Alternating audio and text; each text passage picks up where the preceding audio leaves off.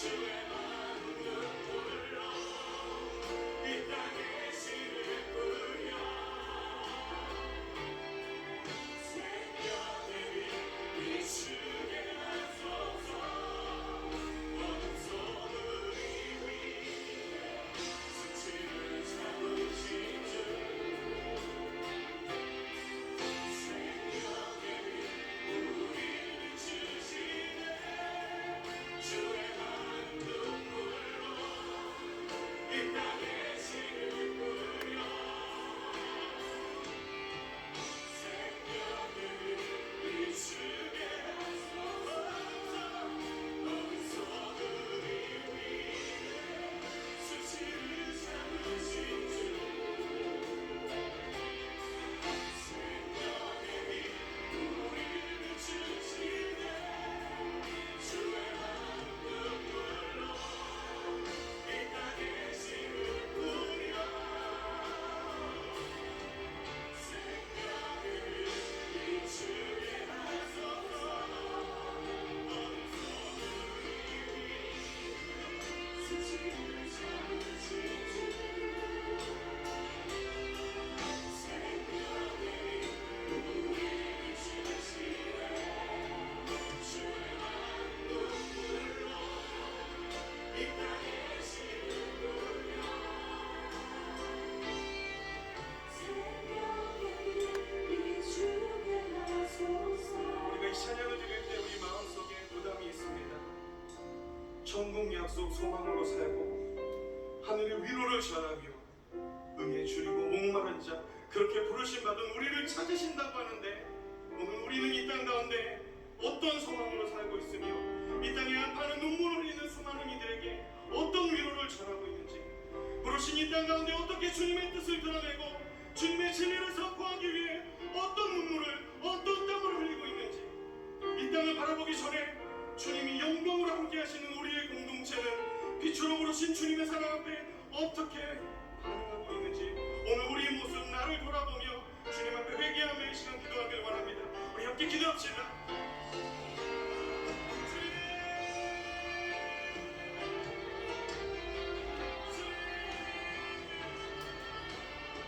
수치를 참으시고 우리가 빛을 드러내셨는데 그 빛을 찾아서 우리가 그 생명의 빛으로 나아가길 원합니다. 그렇게 가운데 우리의 삶이 채워지길 원합니다. 빛으로 보시는 하나님 주님의 뜻을 이끌어서 주님의 뜻을 주님의 우리가 사는 원합니다.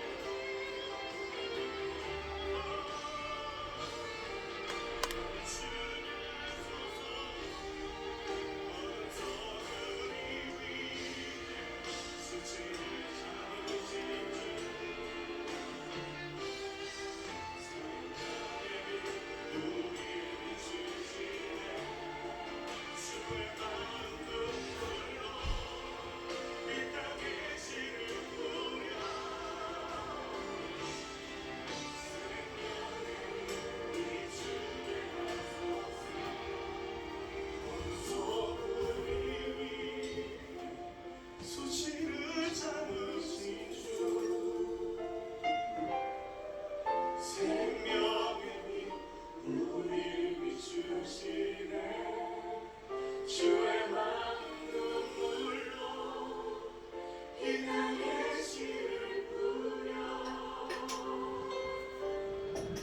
생명의 빛 비추게 하소서.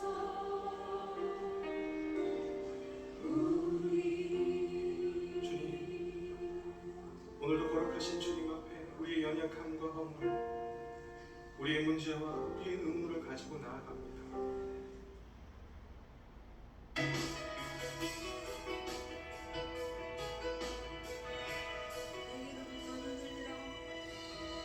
내로부터 눈을 들어 주를 보기 시작할 때 주의 일을 보겠네. 내 잔망 돌이키사 하늘에 꿈꾸는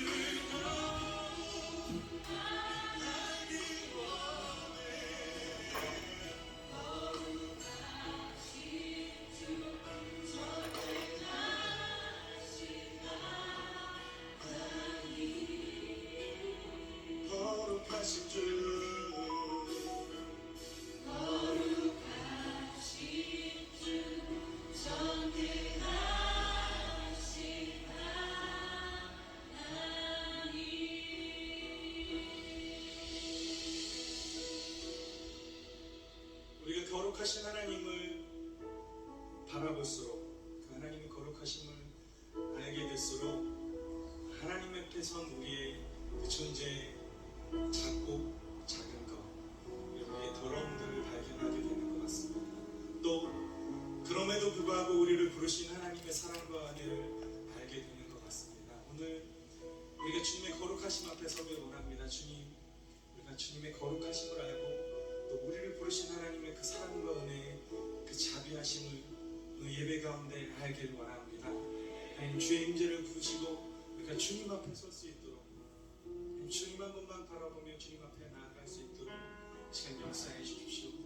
이렇게 좀 기도했으면 좋겠습니다. 주님, 우리가 그 거룩하신 하나님을 날마다 더욱더 알기를 원합니다.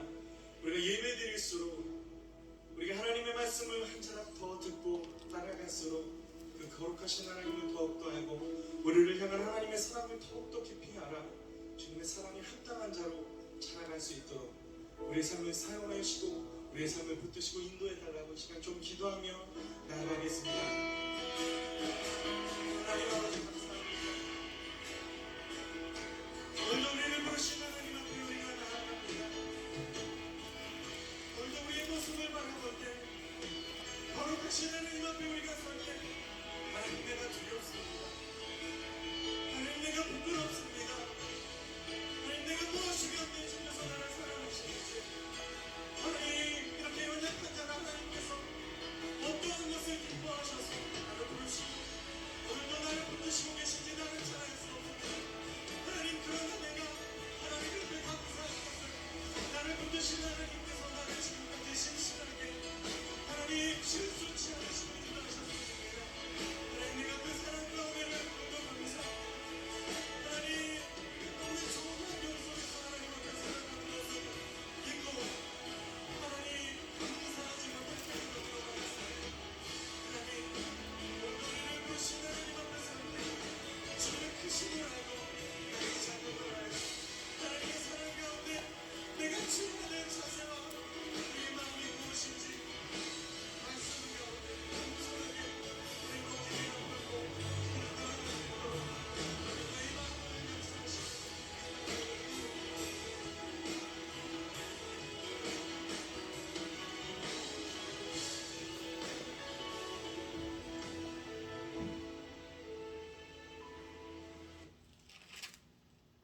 내가 믿고 또 의지하는 내 모든 형편 잘 아는 주님 늘 돌봐주실 것을 나는 확실히 우리 다시 한번 고백합시다. 내가 믿고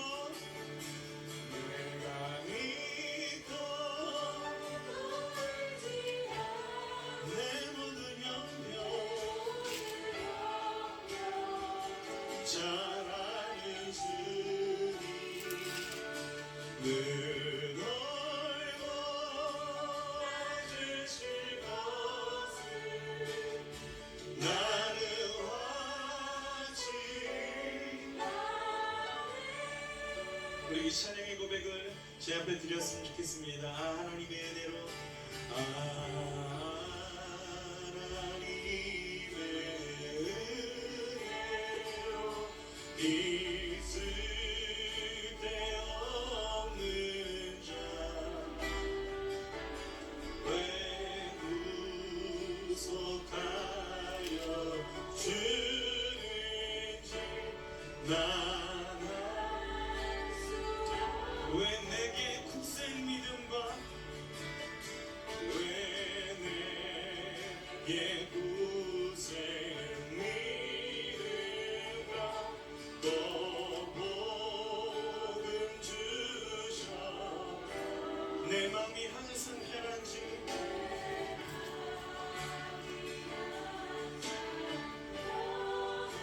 난 알 수 없도다.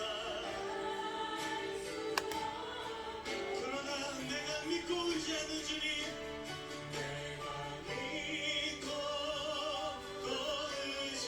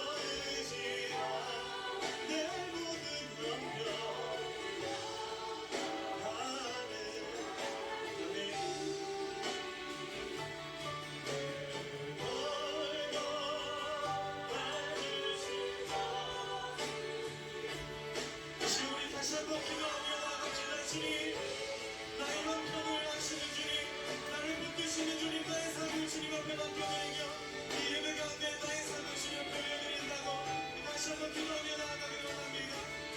하나님, 우리 삶이 주님 안에 있습니다. 하나님, 나는 어떻게 주님께서 나를 사랑하시고 어떻게 주님께서 나를 지금까지 인도하셨는지 때로는 잊어버리고 깨닫지 못할지라도 하나님, 오늘도 내가 주님 앞에 나와 있음을 인하여 다시 한번 감사를 드립니다. 내가 주님을 다시 한번 믿음으로 고백하며 주님의 은혜 가운데 나아갈 수 있는 것을 하나님, 주님의 은혜 때문임을 내가 압니다. 하나님, 이 시간 주의 은혜 가운데 온전히 하시고 주님의 뜻 가운데 주님의 원하시는 것을 알게 하여 주시옵소서.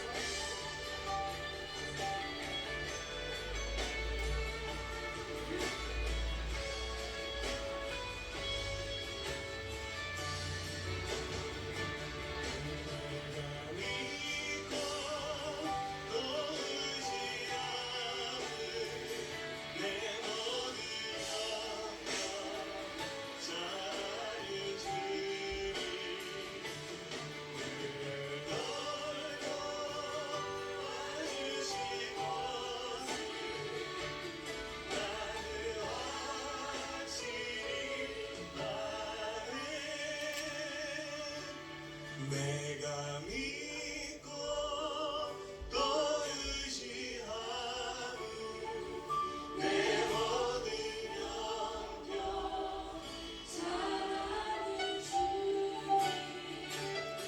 늘 돌보아주실 것을 나는 확실히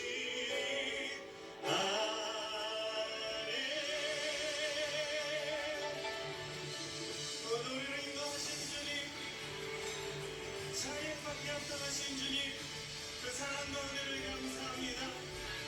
주님의 신실하심을 인하여 주님 찬양합니다. 우리 하나님께 다시 한번 감사의 박수, 기쁨의 박수, 영광의 박수를 드리기 원합니다.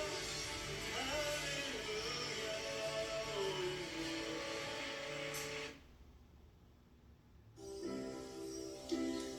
약한 나로 강하게 가난한 날 구하게 눈먼 날 볼 수 있게 주 내게 나시게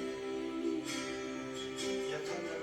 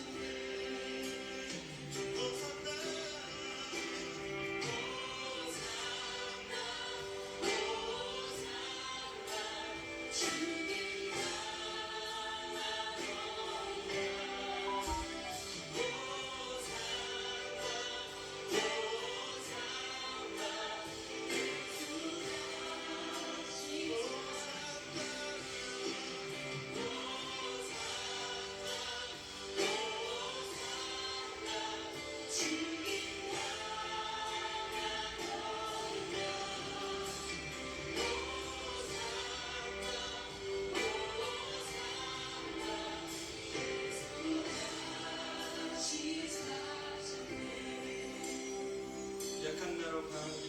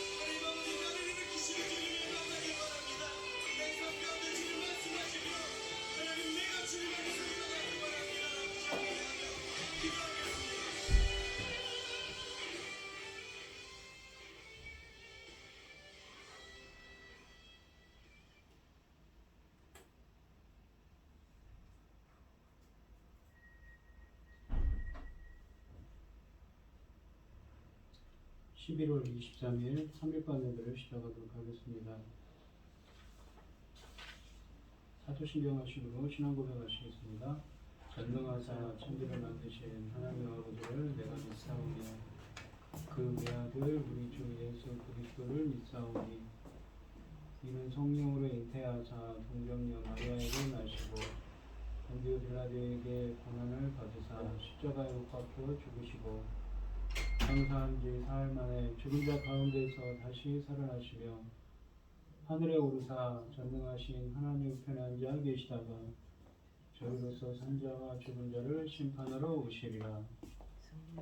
성령을 믿사오며 거룩한 공회와 성도가 서로 교통하는 것과 죄를 사하여 주시는 것과 몸이 다시 사는 것과 영원히 사는 것을 믿사옵나이다. 아멘. 찬송가 216장입니다.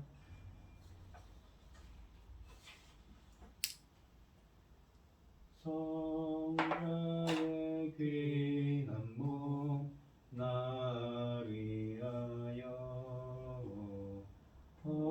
버리신 그 사랑 고마워라.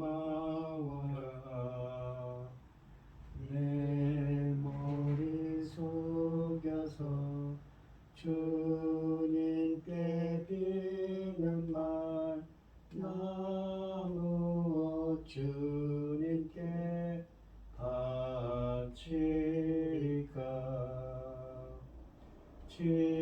지금도 날 위해 간구하신 이 옅은 믿음이 아옵나니 주님의 참사랑 고맙고 놀라워 찬송과 기도를 쉬지 않네. 주님의 십자가 나도 지고 신실한 믿음과 마음으로 형제의 사랑과 친절한 위로를 네게나 베풀게 하옵소서.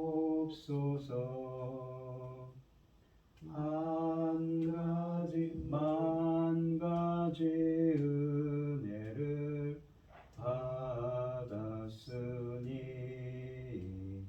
내 평생 슬프나 즐거우나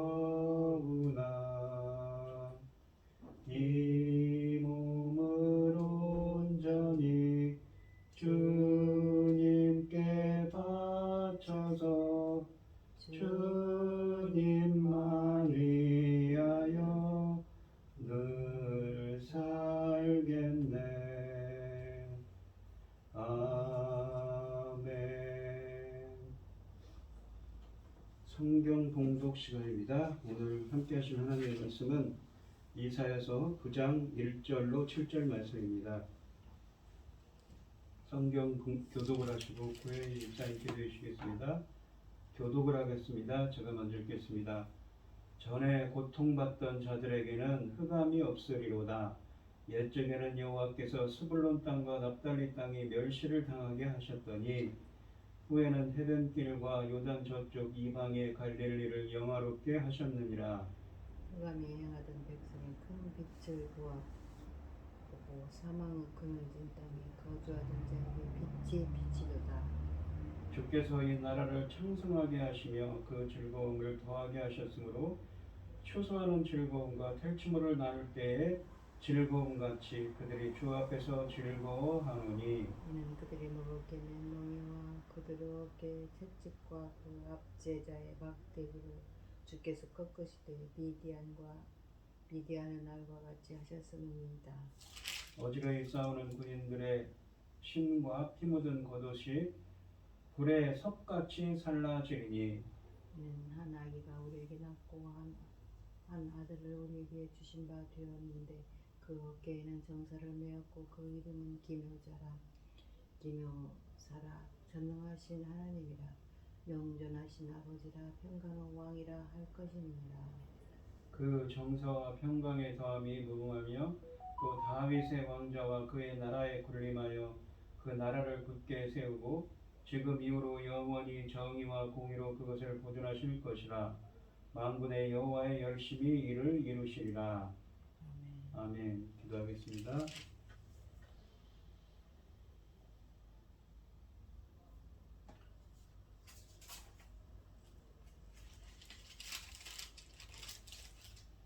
여호와는 긍휼이 많으시고 은혜로우시며 노하기를 더디하시고 인자하심이 풍부하시도다. 아멘. 아버지가 자식을 긍휼히 여김 같이 여호와께서는 자기를 경외하는 자를 긍휼히 여기시나니 이는 그가 우리의 죄질을 아시며 우리가 단지 먼지뿐임을 기억하시미로다. 여호와의 인자하심은 자기를 경외하는 자에게 영원부터 영원까지 이르며 그의 의는 자손의 자손에 이르느니 곧 그 언약을 지키고 그 법도를 기억하여 행하는 자에게로다. 여호와께서 그 보좌를 하늘에 세우시고 그 왕의 왕권으로 다스리시도다. 천지를 지으신 전능하신 하나님 아버지, 보잘것없는 어리석은 저희를 자녀 삼으시고 아버지의 사랑 가운데 살게 하시는 감사드립니다. 어지럽고 복잡한 이 세상에서도 이 시간 하나님께 예배드릴 수 있도록 도와주셨으니 감사드립니다. 전능하신 하나님 아버지, 지금은 아버지 어지럽고 복잡한 시대가 도래되었습니다.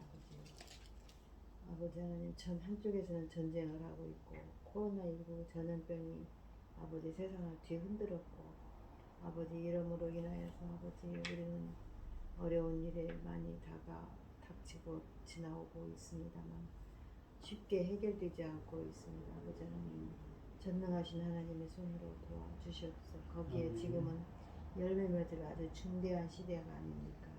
이 중대한 시대에 아버지 하나님, 우리는 정신을 차리고 하나님 앞에 아버지 무릎을 꿇고 그 말씀을 향하여서 하나님께서 우리에게 어떻게 인도하시는지 그 말씀을 열심히 잘 아버지 받들어서 하나님 뜻대로만 하나님 기뻐하신 자로만 살아갈 수 있도록 길을 찾아가야 할 때입니다.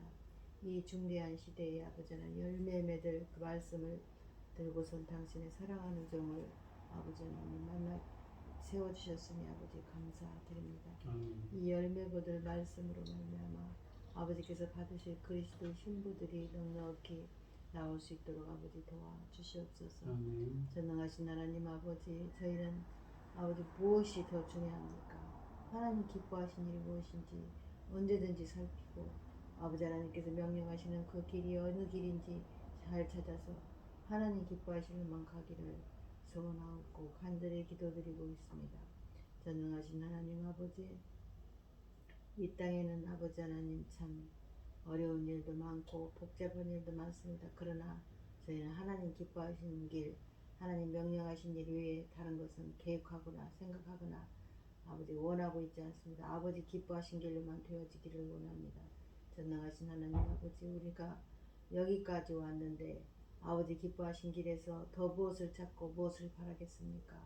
전능하신 하나님 아버지, 우리는 천금 같은 귀한 사명 아버지께서 주셨으니 이 사명 잘 감당하고 아버지 앞에 가기를 소원합니다.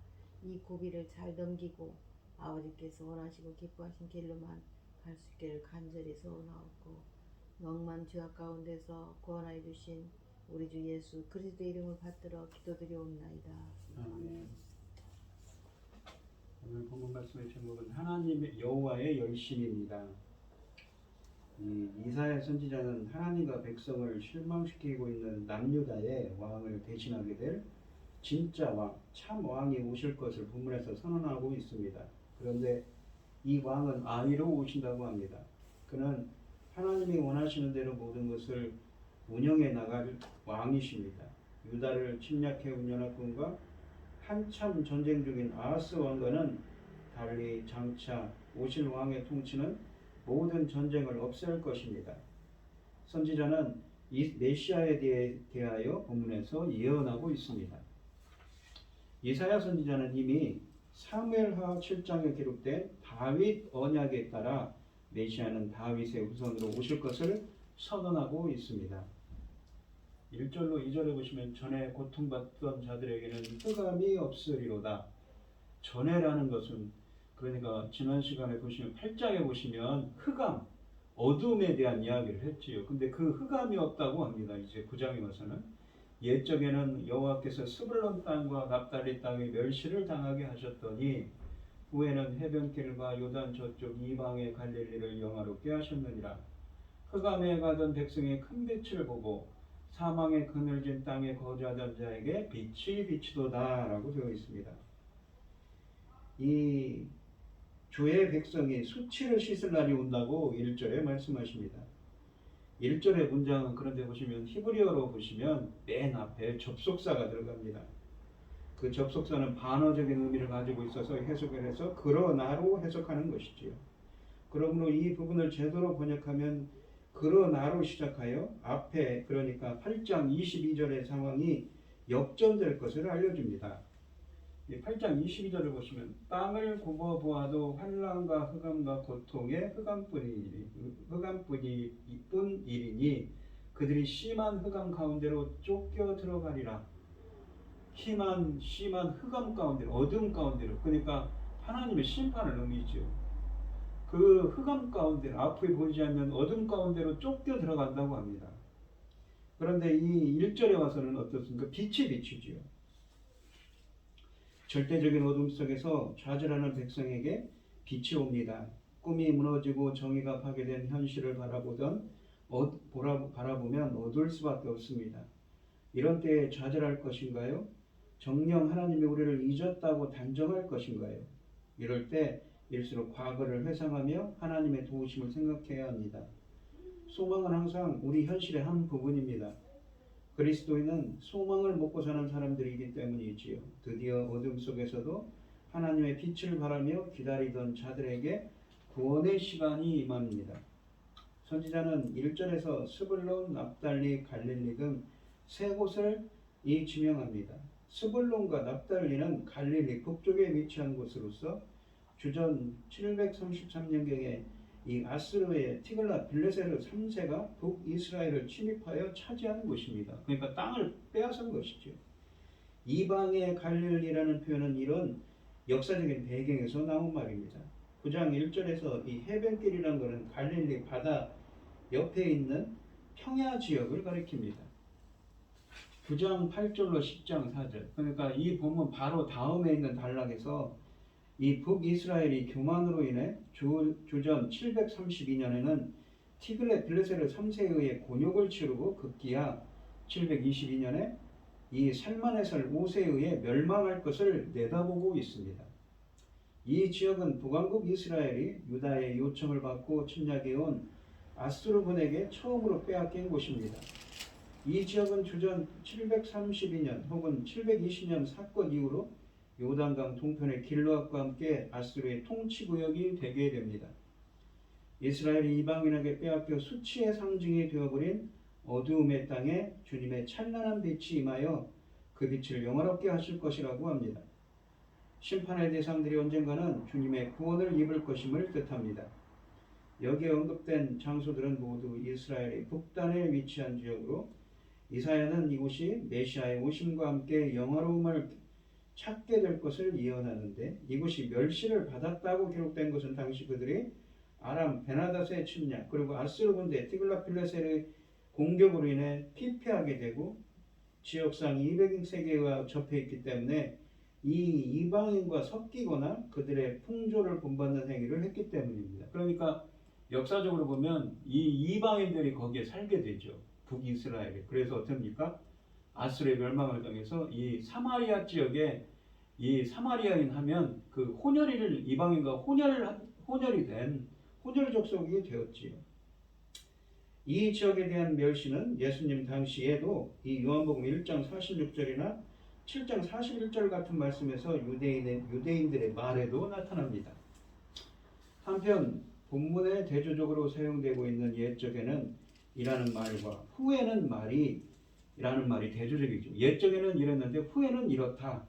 이런 표현은 이스라엘 역사의 두 시대, 곧 그들이 침략으로 곤욕을 치르던 때와 드디어 메시아의 시대가 왔음을 가리킨다고 볼 수 있는데, 실제적으로 이 예언은 마태복음 4장 13절로 16절에서 예수께서 이 지역으로 오셔서 복음을 증거하며 그 땅에 거하심으로 완전히 성취되었습니다. 그러니까 이 본문을 마태복음 4장 13절로 16절에서 인용을 하고 있습니다. 어둠에서 헤매던 자들에게 큰 빛이 임한다고 2절에 말씀하십니다. 죽음의 그림자가 뒤덮인 땅에서 사는 사람들에게 서광이 비추어 모든 어두움과 그림자를 없애버린 것입니다. 이사야서 8장 22절에서 선지자는 너무 짙은 어두움, 곧 절망적인 흑암이 세상을 덮을 것이라고 했는데, 여기서는 세상에서 가장 밝고 강력한 큰 빛이 임할 것이라고 합니다. 매우 극명한 대조를 이룹니다. 어두움이 강할수록 그 안에서 빛도 밝게 빛납니다. 성경에서 하나님의 임재는 자주 빛으로 표현되기도 하지요. 사망의 그늘진 땅이라는 표현은 변방의 여러 지역과 이 갈릴리 지역은 이사야 당시에는 거민들이 거하는 사람들이 무지하고 천박하며 이방의 협력을 자주 받았으며 종교적으로도 사회적으로도 버림받고 천대받은 지역이었다는 것입니다. 그러나 이것은 궁극적으로 죄와 사망으로 죽은 우리 인류를 지칭하는 표현입니다. 그러나 인간의 죄와 반역이 하나님의 인간을 찾아오시는 일을 막을 수는 없습니다. 이런 역사적 배경에서 1절과 2절은 북이스라엘의 멸망으로 야기된 흑암의 고통이 빛으로 임하는 메시아를 통해 역전될 것을 예언해주고 있습니다. 종종 어떤 신학자들은 이 본문에 나오는 메시아를 히스기야 왕으로 해석하는데, 본문은 어떻습니까? 이거는 메시아이신 예수 그리스도를 예언하는 것이라고 봐야 됩니다. 이런 이해는 신학성경 마태복음 14장부터 17절이 이 본문을 메시아의 사역에 적용하고 있다는 점에서 알 수가 있습니다. 결국 아수르에 의해 점령당한 갈릴리 지역을 언급하는 목적은 미래의 이방인에 의해 점령당한 흑암의 지역이 메시아의 의로운 통치 속에서 다시 공의와 의로 빛나게 될 것을 교훈하기 위함입니다. 3절로 4절 말씀을 보시면, 주께서 이 나라를 창성하게 하시며 그 즐거움을 더하게 하셨으므로 추수하는 즐거움과 탈취물을 나눌 때의 즐거움같이 그들이 주 앞에서 즐거워하노니, 이는 그들이 무겁게 맨 멍에와 그들의 어깨의 채찍과 그 앞자리의 막대기를 주께서 꺾으시되 미디안의 날과 같이 하셨음이니이다 라고 되어 있습니다. 어둠 속에서 하나님의 빛이 오기를 기다리던 자들에게 드디어 큰 빛이 임했으니 얼마나 기쁘겠는가요. 선지자는 두 가지 은유를 사용하여 3절에서 그들의 기쁨을 극적으로 묘사합니다. 첫째는 수확의 기쁨입니다.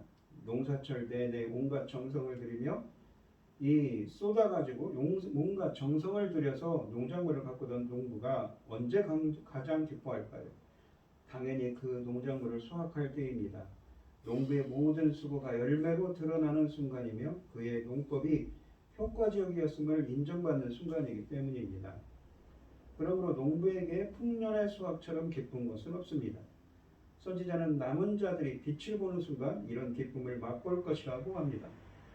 둘째, 전리품을 나누는 기쁨이라고 합니다. 전쟁에 나갔던 군인은 언제가 가장 기쁠까요? 전쟁에서 승리하는 것이죠. 그리고 전리품들을 나눌 때입니다. 전리품을 나눌 때는 이미 전쟁이 끝난 후입니다. 그렇기에 전리품을 나누는 군인은 더 이상 생명을 담보로 쌓을 필요가 없지요. 그 기쁨이 넘치는 겁니다. 그러므로 아무런 신체적 피해도 입지 않고 전쟁을 끝낸 뒤 전리품을 나누는 군인이 누리는 기쁨은 이 세상 그 어느 것보다도 크다고 볼 수가 있습니다. 선지자는 이 두 이미지를 사용하여 하나님이 빛으로 임하시는 날이 그를 기다리는 사람들에게 얼마나 큰 기쁨이 될 것인가를 선언하고 계십니다. 이 5장 10절에 보면 수확도 줄고, 그리고 8장 1절에 보면 자신들은 이방인들의 전리품이었다고 표현합니다. 그런데 이제는 모든 게 하나님의 은혜 안에서 반전이 된 것이지요. 이 두 가지는 하나님이 주시는 것입니다. 그렇다면 앞으로의 일을 어떻게 확신할 수 있는가요? 무엇을 근거로 하나님이 이 빛으로 비추는 은혜를, 어둠 속에서 빛을 비추는 은혜를 남은 자들에게 베풀어 주실 것을 믿고 기다릴 수 있을까요? 북이스라엘은 멸망할 것이지만 말입니다. 선지자는 하나님이 이런 일을 하실 것을 보증하는 것으로 과거에 베푸신 은혜를 4절에서 지목합니다. 이사야는 두 개의 극적인 사건을 배고합니다. 첫째는 사사기 6장, 7장, 8장에 보시면 하나님이 미디안을 치신 날이라고 표현합니다. 기드온은 사사기 6장 35절에 보시면 1절에서 언급된 납달리 스불론을 해방시킨 사람입니다. 미디안의 날이라는 표현은 사사기 7장에서 300명의 기드온의 군사로 미디안의 13만 5천 명과 싸워 12만 명을 죽인 사건을 지칭하는 것으로서 하나님의 주권적인 능력에 의한 완전한 승리를 상징하는 일이었습니다. 이 사건은 결코 어느 한 인간의 명성을 드러낸 사건이 아니라 하나님의 절대적인 역사와 축복을 강조하는 일입니다. 또한 이 사건은 칠흑 같은 어둠 속에서 갑자기 드러난 빛으로 승리한 사건이었습니다. 본문의 주제도 빛이지요. 또한 기드온의 지휘하던 300명이 횃불을 가리고 있던 항아리를 깨는 순간 빛이 드러난 일을 회상하며 본문은 하나님이 주의 백성의 멍에와 압제자의 몽둥이를 부수시고 꺾으실 것이라고 표현합니다. 기드온 시대를 지배하고 있던 그런 영적 어둠을 한순간에 물리친 큰 빛이 다시 주의 백성을 비출 것이라는 것이죠. 둘째는 출애굽 사건입니다. 본문에 보시면 멍에, 채찍, 압제자의 막대기, 몽둥이라는 표현 등은 이 출애굽 사건을 연상시키는 표현입니다. 이러한 출애굽을 연상시키는 단어들이 가득한데 이러한 단어들이 사용되는 것은 결코 우연이 아닙니다. 선지자는 의도적으로 이 일을 회상시킴으로써 앞으로 남은 자들에게 임할 축복을 크게 부각시키고 있습니다. 앞으로 그들에게 임할 축복은 옛날 이집트의 노예가 되어 억압받으며 살던 주의 백성에게 해방의 기쁨을 주었던 사건에 비교될 정도로 크고 놀라운 하나님의 역사가 될 것이라는 의미입니다. 기독교인의 해방을 영적으로 해석하여서 멍에를 예수 그리스도가 대신 져주시는 우리의 죄로 볼 수도 있습니다. 또한 어떻게 볼 수 있냐면 영적으로 해석할 수 있지만 그것을 또한 아울러 이 멍에를 연약한 사람들이 이 사회에서 경험하고 있는 정치적, 사회적 불이익과 박해로 볼 수도 있는 것이지요.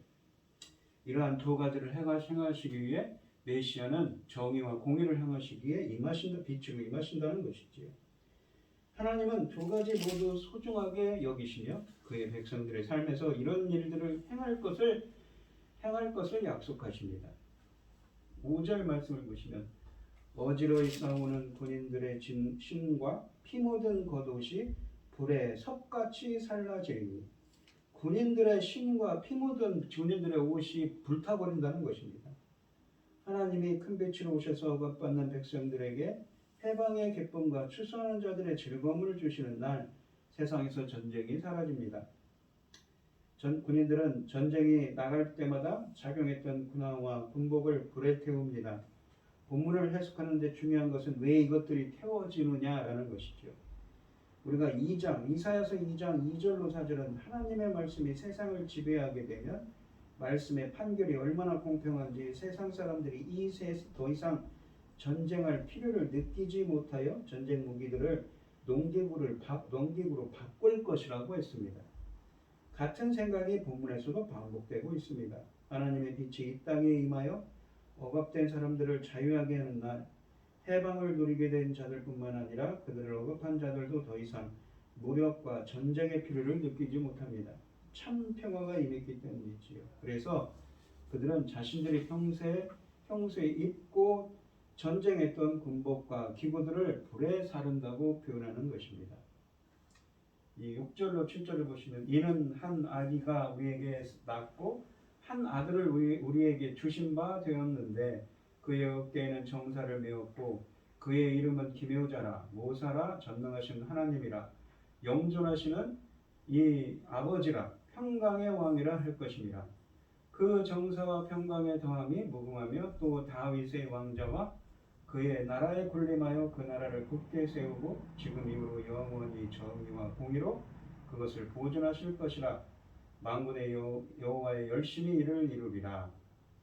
이 그 나라를 그러니까 메시아이신 예수님이 와서 하나님의 나라를 굳게 세우고 영원히 정의와 공의로 그 하나님의 나라를 보존하실 것이라고 합니다. 그 나라에는 정의와 공의가 넘친다는 것이죠.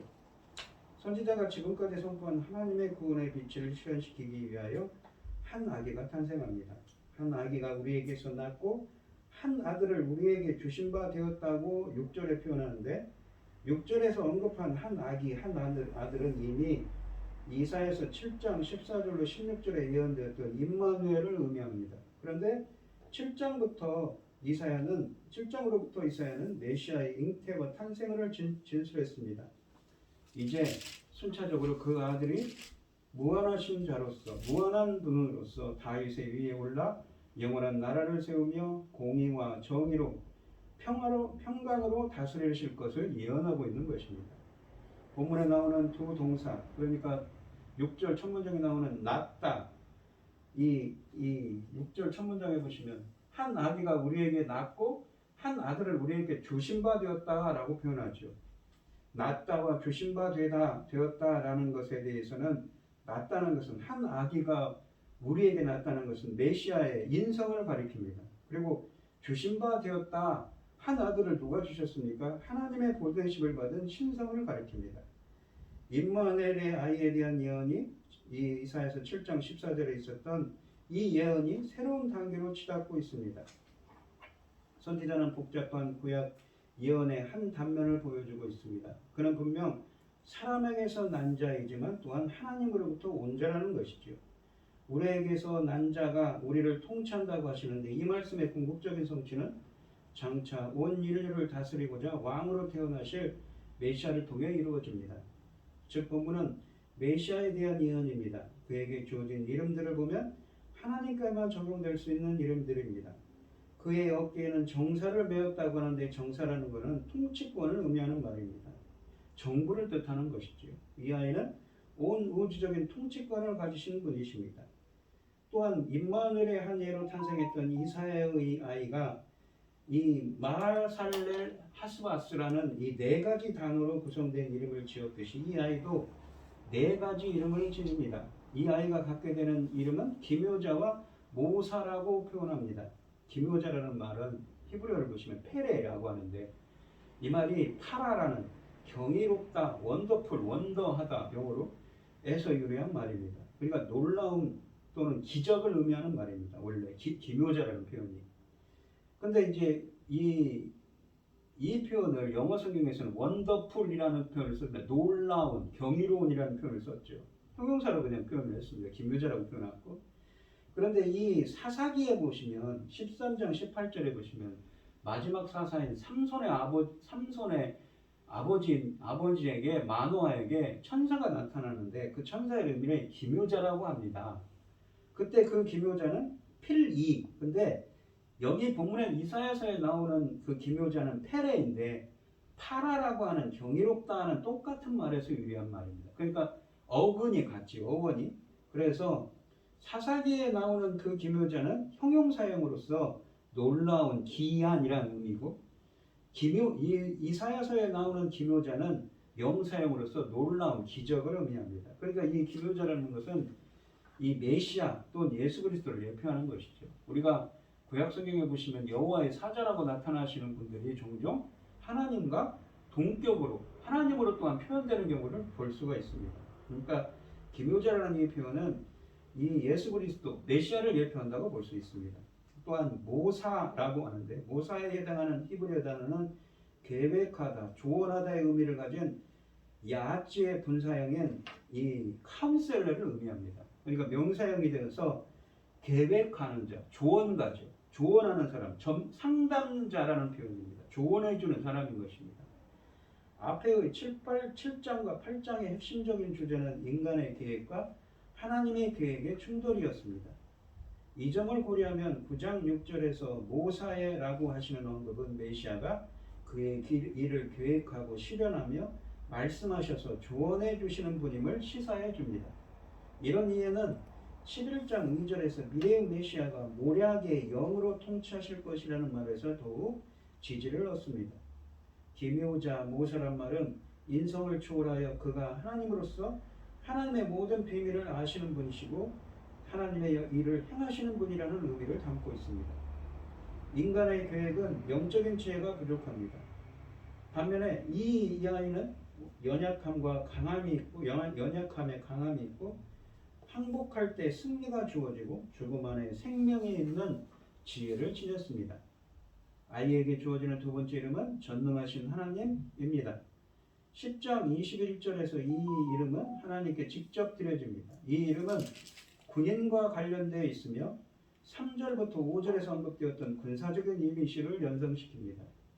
이 아이의 군사적인 능력은 그 누구도 모방하지 못할 정도로 막강할 것입니다. 그는 모든 일에 전능하신, 능하신 하나님이기 때문인 것이지요.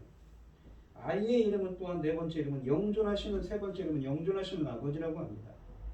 영존하시는 것은 영원히 계시는, 영원하신 하나님이라는 의미입니다. 구약에서 왕을 아버지라고 부르는 경우는 없습니다. 흔하진 않지만 하나님을 아버지라는 경우가 구약에도 있습니다. 연약한 자에 대한 하나님의 염려를 표현할 때 하나님이 자기 백성을 치리하시거나 훈계하실 때 백성들이 하나님을 대할 때 등 자신을 하나님이 아버지라고 표현합니다. 여기서 아이가 아버지라 불리는 것은 이 사람의 통치는 하나님의 정의와 공의를 그대로 준행할 것을 의미합니다. 한 가지 주목할 것은 이사야서에서 영존은 여호와 이외에 그 누구에도 적용될 수가 없는 표현입니다. 그만큼 이 인물이 범상치 않음을 암시합니다. 전능하신 하나님, 영존하시는 아버지란 그가 성부의 능력을 가지신 하나님임을 나타내는 말입니다. 또한 왕이 죽을 때마다 흔들리는 정국을 보며 사람들이 바라던 것을 영원한 안정감으로 안식하게 하실 것입니다. 이런 상황에서 이 아이에게 주의 백성에게 하나님만이 주실 수 있는 안정을 줄 수 있는 것이지요. 아이가 갖게 될 네 번째 이름은 평강의 왕입니다. 마지막에 이 이름이 오는 것은 당연합니다. 평강이라는 것은 하나님이 하시는 일의 절정이자 최종적인 목적이기 때문입니다. 평강, 그러니까 샬롬이라는 것은 그리스도를 통한 구원을 확신하는 영혼의 이 평온한 상태를 의미합니다. 그리스도께서 그분의 죽음을 통해 신성도와 하나님 사이에 이루신 영적인 평화를 의미합니다. 단순히 분쟁이 없는 상태를 의미하는 것이 아니라 서로 간의 모든 관계가 회복된 상태를 의미합니다. 죄로 인해 하나님과 원수되었던 상태가 청산되고 이제 완전히 새로운 교제를 나누는 관계가 회복된 영적인 평화를 뜻하는 말입니다. 인류의 역사의 흐름과 방향은 평화라는 개념을 평강이라는 개념으로 간단히 요약될 수가 있습니다. 하나님은 인간을 창조하시고 그들에게 평화를 주셨습니다. 그러나 인간은 곧 죄를 지음으로써 이 평화를 잃어버렸습니다. 훗날 인간은 잃어버린 평화를 율법을 통하여 윤리적인 생활을 통하여 찾으려 했지만 결국 실패하고 메시아의 오심을 기다릴 수밖에 없습니다. 메시아가 이 세상에 오셔서 드디어 그 평화를 주십니다. 온전한 평화는 그분이 다시 오시는 날 우리에게 주실 것입니다. 이사야서 안에서는 53장에 기록된 고난받는 종과 평강의 관계가 매우 중요합니다. 그가 찔리고 고난을 당함으로 백성들이 평화를 얻게 되기 때문입니다. 선한 선지자는 이 평화가 언젠가 아무런 전제 조건 없이 온 세상에 임할 것을 선언합니다. 아이는 아무도 흉내내지 못하는 훌륭한 통치를 한다고 7절에 말씀하십니다. 선지자가 아이의 이름을 네 가지로 말한 것처럼 그의 통치에 대하여도 네 가지로 말합니다. 첫째, 그의 왕권은 한계를 모르고 커져나가며 나라를 평화롭게 합니다. 둘째, 이 아이는 다윗의 보좌에 있을 것이며 다시 다윗 왕조를 영화롭게 할 것입니다. 언젠가 사무엘하 7장에서 하나님이 다윗에게 주신 약속을 지키실 것을 암시합니다. 셋째는 아이는 공의와 정의를 바탕으로 나라를 굳게 세워나갈 것입니다. 어떤 나라입니까? 하나님의 나라이죠.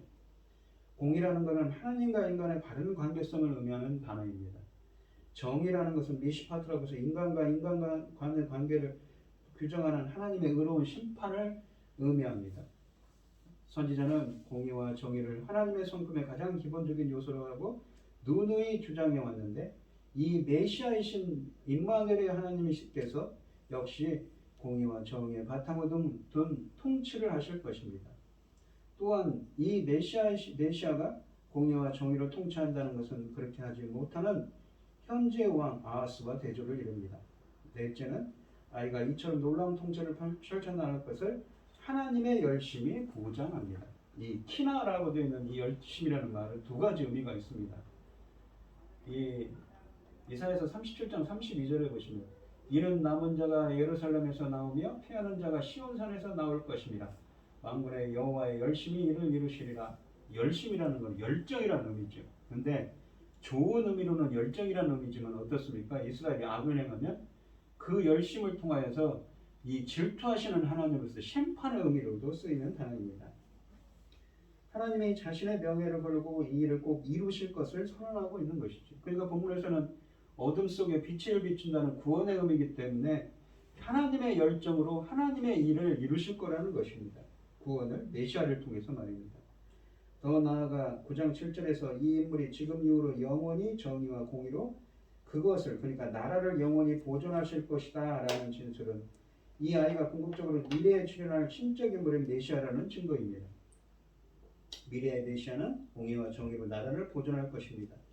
이전에 흑암의 백성들은 하나님을 바라지 않았고 그래서 공의와 정의를 이루지 못했습니다. 하지만 미래에 출현할 메시아는 사람들로 공의와 정의로 빛나게 할 것입니다. 그러면 어떻게 사람들이 공의와 정의로 빛날 수 있는가요? 그것은 61장 3절에 있는데 61장은 메시아의 사역을 통해 그들이 의의 나무가 될 것이기 때문이라고 밝히고 있습니다. 이 본문 말씀을 보시면 여호와의 열심으로 이 어둠 속에 빛을 비추는 것처럼 그 각박한 어둠 속에 빛을 비추는 메시아가 오심을 이 본문은 예언하고 있습니다. 그를 통해서 여호와의 열심으로 하나님께서 구원을 베풀 거라고 말씀하시죠. 소망을 말씀하고 있습니다. 이 오늘날을 살아가는 우리들도 마찬가지인 것이죠. 비록 어둠 속에 빛을 비추는 빛이 우리 성도님들께도 함께하고 빛을 비춰서 우리들도 주님의 열심을 주님께서 주님의 열심으로 일을 이루어서 주님의 뜻이 우리에게도 이루어지고 메시아이신 주님의 은혜가 함께해 주셔서 우리들도 하나님의 백성으로 빚어 나가게 해달라고 토기장이신 주님께서 여호와의 열심으로 일해달라고 그러한 일하는 은혜가 함께하는 여러분들이 되시기를 바랍니다. 기도하겠습니다. 하나님 아버지 감사합니다. 어둠 속에 빛을 비추는 그 참빛이신 메시아이신 예수 그리스도를 예언하는 말씀을 통해서 이사야 선지자는 어둠 같고 칠흑 같은 그 나라의 위기와 운명이지만 그 새로운 희망과 소망을 이야기합니다. 오늘날을 살아가는 우리들도 마찬가지지요. 어둠 속에 빛을 비추는 그 빛을 비추시는 주님께서 오늘 이 시간 저희들에게도 함께하여 주시고 저희들에게 한량없는 은혜를 베풀어 주셔서 메시아이신 주님께서 저희들에게 빛을 비추어 주시고 여호와의 열심으로 임하여 주셔서 주님의 은혜를 함께하여 주시옵소서. 저희들이 하나님의 백성으로서 빚어질 수 있도록 주님 인도하시고 함께하여 주시옵소서. 이 모든 말씀 거룩하신 예수 그리스도의 이름으로 기도드리옵나이다. 아멘. 찬송가 94장입니다. 주 예수보다 더 귀한 것은 없네. 이 세상 부귀와 바꿀 수 없네. 영축을 대신 돌아가신 그 놀라운 사랑 잊지 못해. 세상 즐거움 다 버리고 세상 자랑 다 버렸네. 주 예수보다 더 귀한 것은 없네. 예수밖에는 없네. 주 예수보다 더 귀한 것은 없네. 이 세상 명예와 바꿀 수 없네. 이전에 즐기던 세상 일도 주 사랑하는 마음 뺏지 못해 세상 즐거움 다 버리고 세상 자랑 다 버렸네. 주 예수보다 더 귀한 것은 없네. 예수 밖에는 없네. 주 예수보다 더 귀한 것은 없네. 이 세상 행복과 바꿀 수 없네. 유혹과 핍박이 몰려와도 주 섬기는 내 맘 변치 않아. 세상 즐거움 다 버리고 세상 자랑 다 버렸네. 주 예수보다 더 귀한 것은 없네. 예수 밖에는 없네. 축도하심으로 오늘 예배를 마치겠습니다. 이제는 주 예수 그리스도의 은혜와 하나님의 극진하신 사랑과 성령의 교통하심이 여호와의 열심으로 하나님을 위를 향하시는 주님의 은혜가 성도들 머리머리 위에 이제로부터 영원히 함께 있을지어다. 아멘.